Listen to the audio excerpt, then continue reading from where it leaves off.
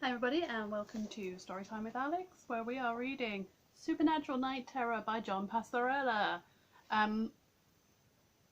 This is a kind of longer chapter, chapter 19. So let's get comfy. Also, I've just come back from work and I'm quite tired, so let's just adjust you. So if I stumble more than usual, you'll know why. Chapter 19. Without speaking, Sam and Dean walked past the tree service workmen who had made a fair amount of progress in destroying the murderous tree. Sam almost regretted their having to prod the information out of Daniel Barnes, if only for the mum's sake. Talking about the incident had seemed almost cathartic for the kid. He'd been keeping that horrible incident bottled up inside. His mum, already devastated by the accident, now had to accept a whole new and horrifying reality about her husband's death. Sam wondered if Melinda Barnes could accept that a tree had willfully killed her husband, or if she would rather convince herself that Daniel was wrong, that his version of events was informed by an already overstimulated imagination. Sam settled into the passenger seat of the Impala and stared numbly through the windshield. Dean dropped into the driver's seat and hesitated before inserting the keys into the ignition. "Poor kid," he said. "Probably have nightmares for the rest of his life." "Nightmares," Sam said. "Kid's mum never suspected." "How could she?" Dean said. "Usually you wake up and escape the nightmare. Kid wakes up and the nightmare comes out with him." Sam turned to Dean. What if there was more to his waking nightmare of soulless Sam than he'd been willing to admit to himself? Something beyond psychological fallout from the wall in his brain. Maybe that's what's happening all over town. Nightmares coming to life. Lucy said she had nightmares about the accident that killed her boyfriend, and now his car is back. People are sleepwalking and having nightmares. Guy drugging was dreaming of a giant tarantula? Is that what you're saying? "What if it doesn't have to be one-to-one?" Sam said. "What if the nightmares of the sleeping are coming to life and attacking those who are awake?"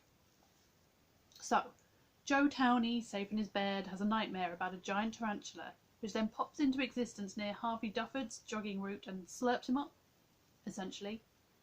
"Whose nightmares?" Dean asked. "Everybody dreams."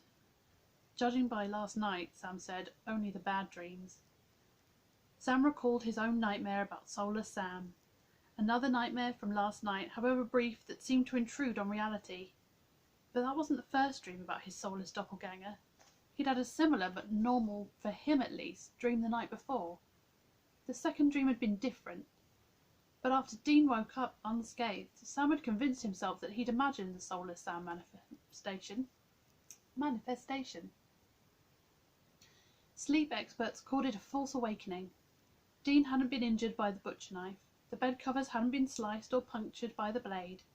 Before they spoke to Daniel Barnes, Sam had no trouble attributing his brief apparition to a waking dream, probably caused by a combination of sleep deprivation and hours spent battling what they now knew were nightmare manifestations. Before that realization, he'd been unable to entertain the possibility that a dream could assume some sort of altered reality. After hearing Daniel's account of the tree attacking his father, Sam had to re-evaluate what he himself had experienced. It seemed that whatever was happening to the residents of Clayton Falls could as easily affect him and Dean. The Winchesters weren't immune. "So, we should all think happy thoughts," Dean said. "Sam, we can't control our subconscious." "Dude, you and I are time bombs," Sam said. "Nuclear time bombs." "What are you saying?" "If this can happen to anyone in town, including us, we could be the worst thing to happen to Clayton Falls."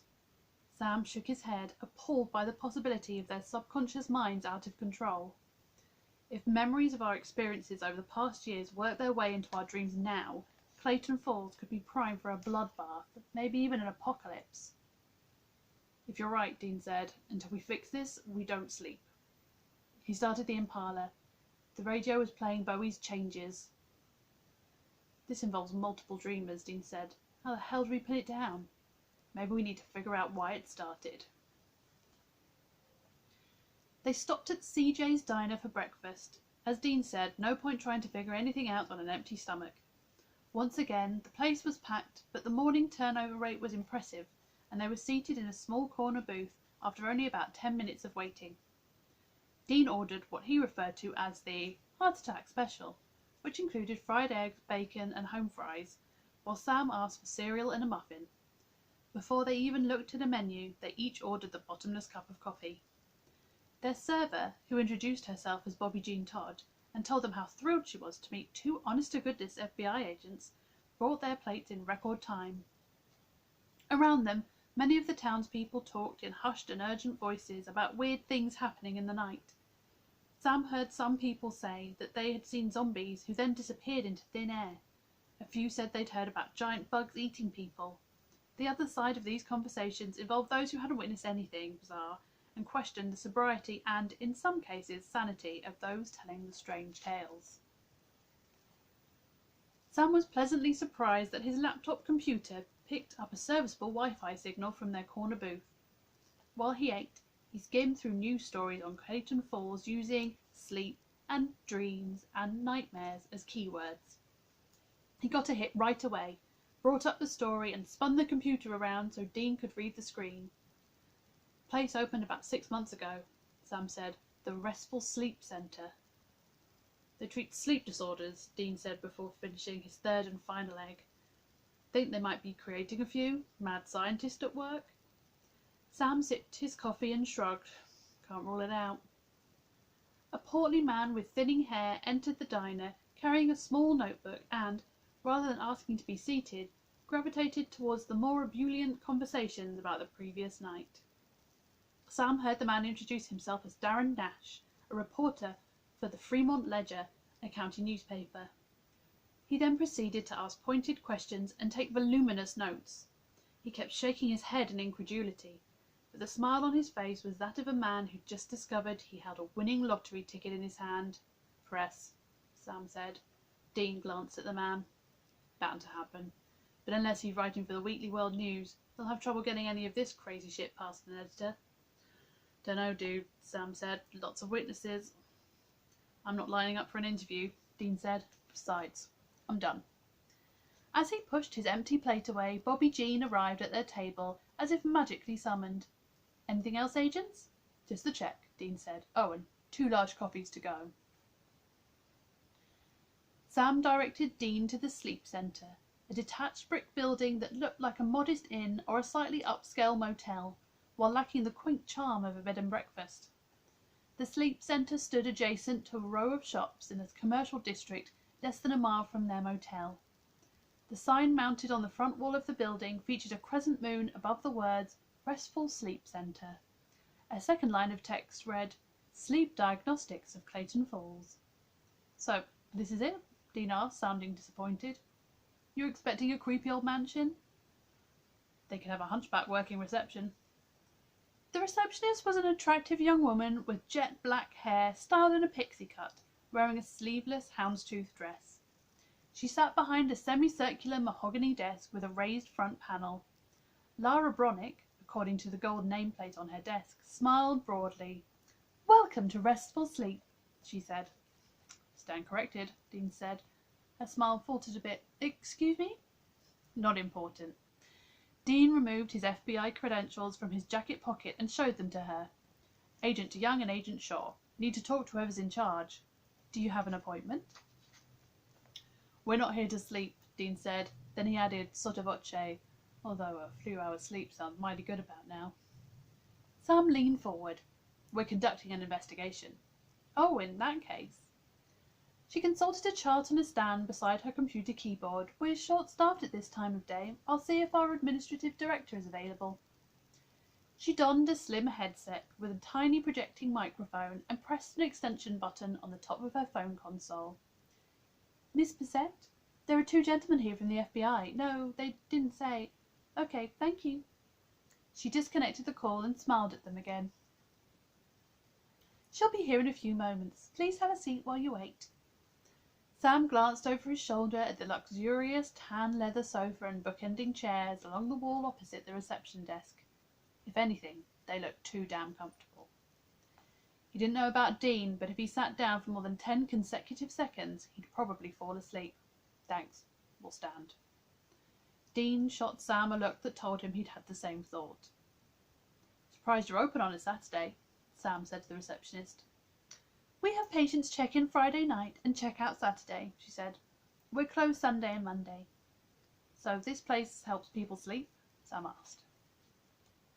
At Restful Sleep Centre, we identify and treat sleep disorders, Laura said by rote in her infallibly cheery voice. Then she shrugged and went a bit off script. Sleep is important. You know what they say. If you never slept, you'd go insane.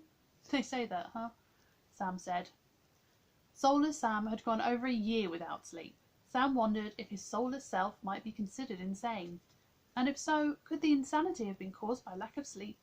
Or was the absence of a soul, and therefore a conscience, enough to make an otherwise normal man appear insane? Because if sleeplessness was a contributing factor, wouldn't that affect Sam too? They shared a body. Could long-term sleep deprivation cause lasting effects, even after a soul restoration? It's the question we've all asked ourselves. Laura chuckled. Well, I'm no scientist. That's just something I read somewhere. If you don't sleep, you don't dream, and if you don't dream, you go cuckoo. Good to know, Sam responded. A statuesque brunette wearing horn-rimmed glasses, a blood-red business suit, and impressive heels entered the lobby through the glass door behind the receptionist's desk. Her dark hair, piled high in a loose I can't say this word. Chignon? Was held in place with jewelled hairpins. Sam fought a smile as Dean almost stood at attention, stepping forward to introduce himself. I'm Agent DeYoung, Dean said. This is my partner, Agent Shaw. Pleasure to meet you, she said, offering her hand. I'm Sophie Bissett, Director of the Restful Sleep Centre.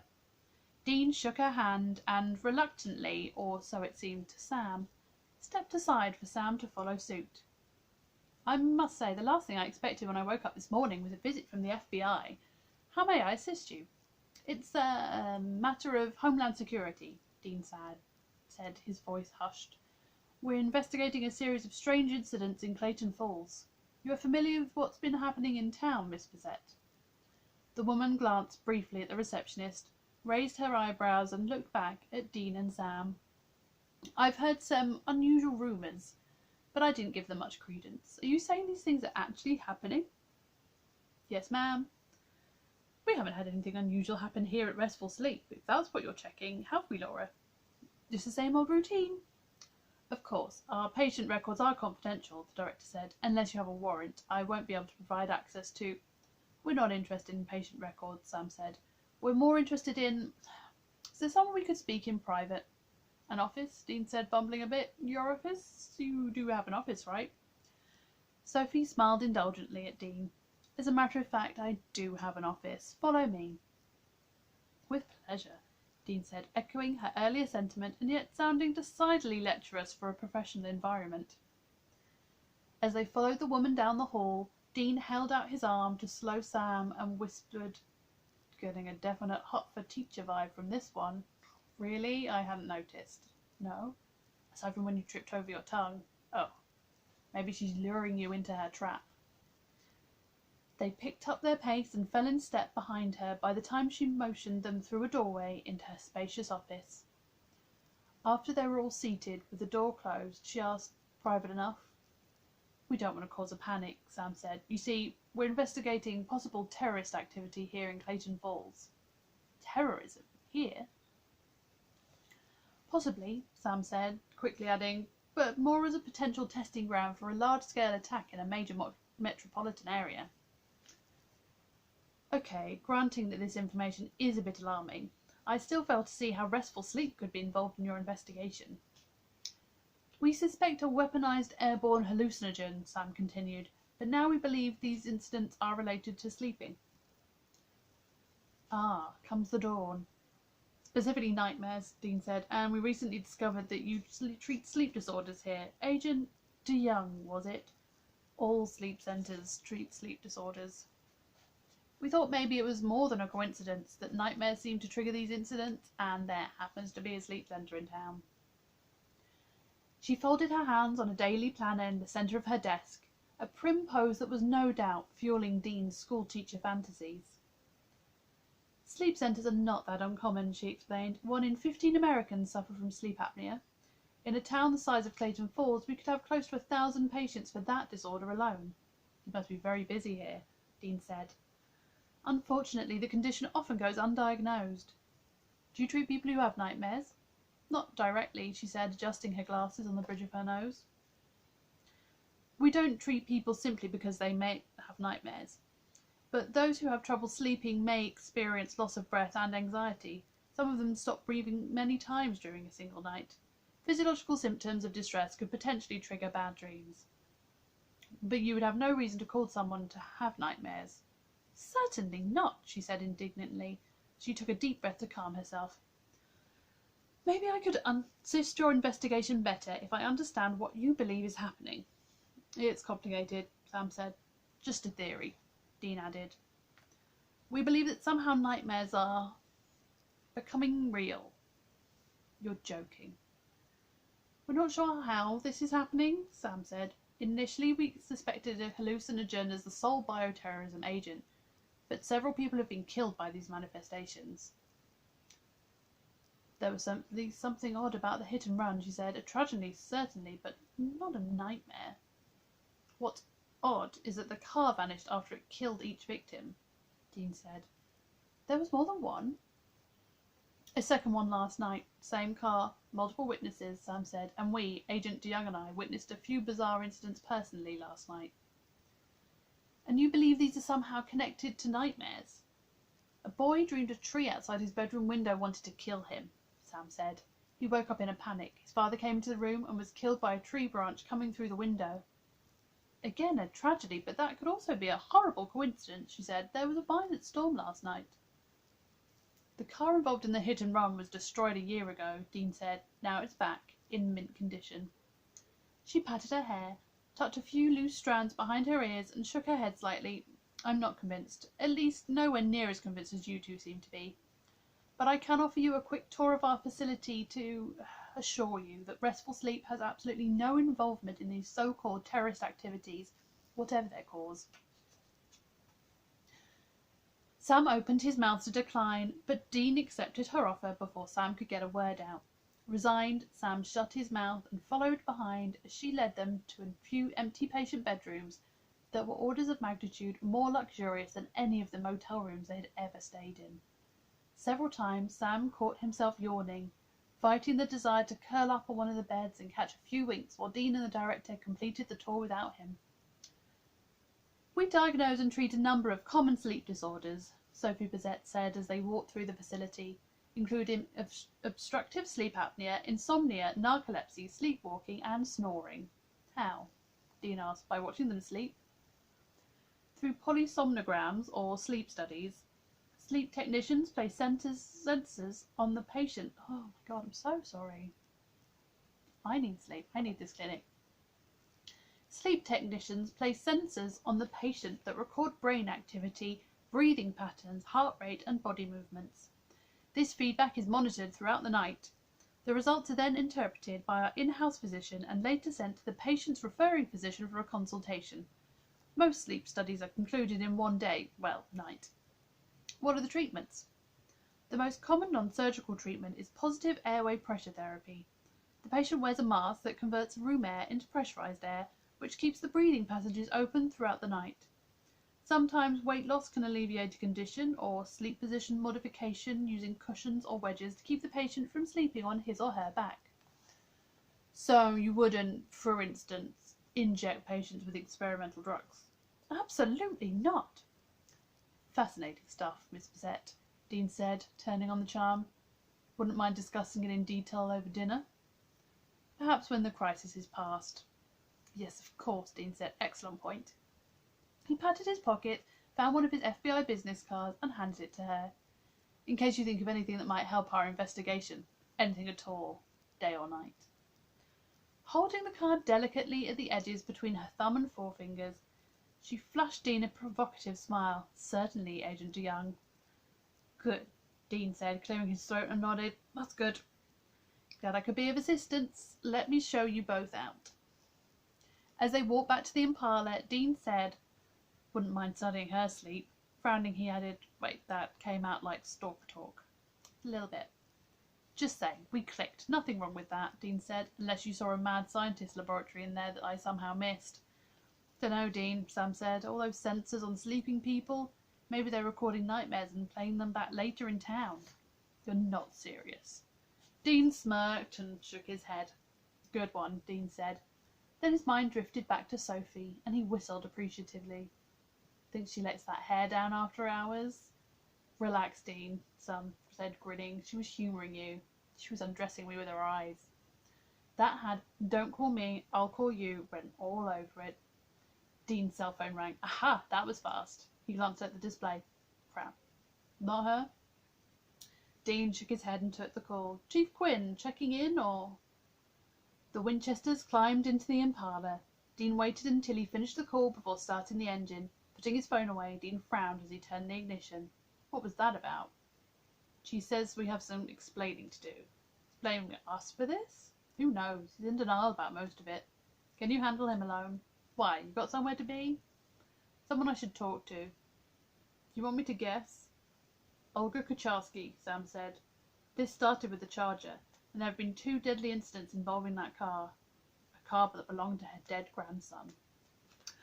Ooh, that's the end of chapter 19. Let's see what the sheriff wants in chapter 20 next.